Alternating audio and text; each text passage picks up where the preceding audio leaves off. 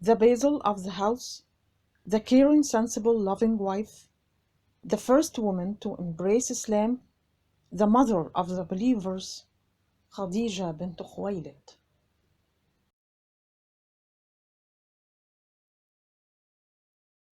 The laughs broke out loudly, and everyone participated in this joy, except one man was sitting in silence.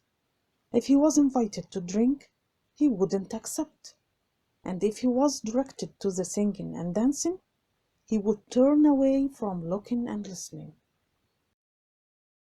Khuwaylid shouted at him, "This is a night of joy, Waraqah," said Khuwaylid. "So be happy for the joy of Khadijah, your cousin."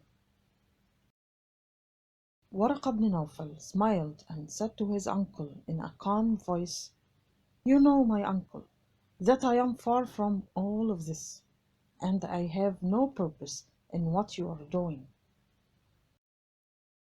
Then one of the seated turned to him and sneered, "Are you still on your opinion? You should have left Mecca since you embraced a religion other than its religion." And another one shouted with a laugh, saying, "Mecca will not approve of you, Waraqah. Your teachings that you have derived from the religions of the Persians and Romans are yours alone, but our gods stand around Al-Kaaba. They guard it and guard us, shower us with the bliss, and push harm away from us." Then the man raised his voice mockingly, saying, "O Waraqah, don't you see what we are in tonight? One of the blessings of the dear gods. Khadijah is being wedded to Atiq ibn Abid, but the gods shared us our happiness. So they made the food sweet and the drink pleasant. So avert yourself from what we went into and enjoy what we are in. Otherwise, you will miss a lot of good that you will not compensate."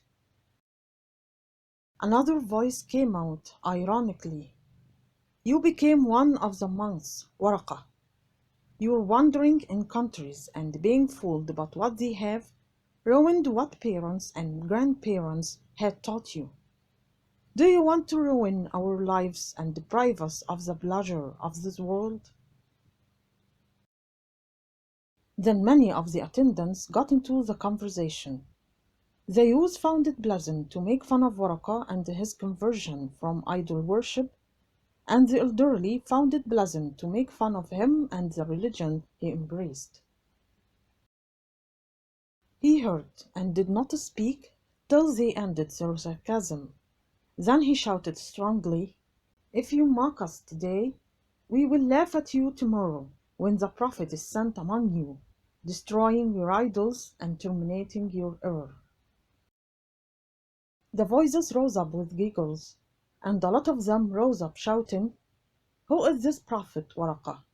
Is it you, or one of those who are enticed by incoherence, so they have withdrawn from what parents and grandparents grown to, so that they draw attention?" And others said sharply, "O Waraqah, why have you come back from these countries in which you wandered? And how have you accepted some of those religions which are incomprehensible, and other religions which provoke discord, that has no first or last, among people embracing them?" There was too much to say, and the debate got heated. Then one of them shouted, asking, "From which folk will this prophet be sent, and with what religion?" Waraqah replied quickly and in confidence, "All scriptures that have been revealed from the heaven give good tidings of that prophet, and affirm that his time is approaching, and he will be sent from among the Arabs." Giggling rose, and some of them shouted sarcastically, "Prepare yourself, Waraqah, for the revelation, that you say it has been revealed to that messenger, to come down to you. Maybe, O Waraqah." Then another one hurried, saying, "But be sure, Waraqah, that at that time We will not let you reach out to our gods. All of Mecca will push you and show you what is it like to deviate from the religion of the fathers and grandfathers. Then one of the masters of Quraysh stood up and shouted with determination, "You have ruined this night chat with this useless argument." He ordered them to be silent. Then he ordered the female singers, and they resumed singing. Their voices rose with sweet melodies between the sounds of the tambourines and the ringing of lutes, and the people returned to their mirth. Among them there was Abdul Muttalib ibn Hashim, the Lord of Mecca, participating in this joy that all of the Quraysh celebrated.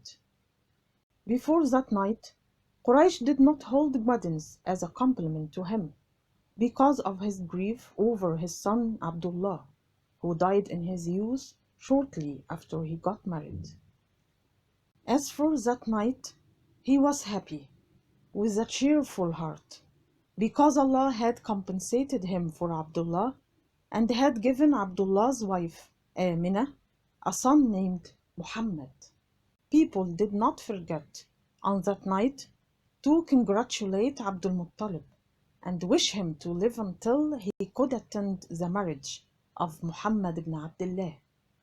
He was smiling with contentment, ruling out that time would extend until he got his grandson, Muhammad ibn Abdullah, married.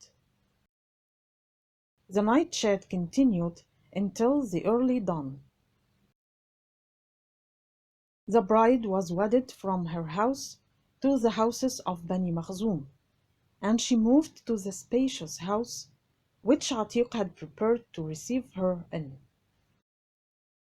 Then people left, talking so much about the joy they had found.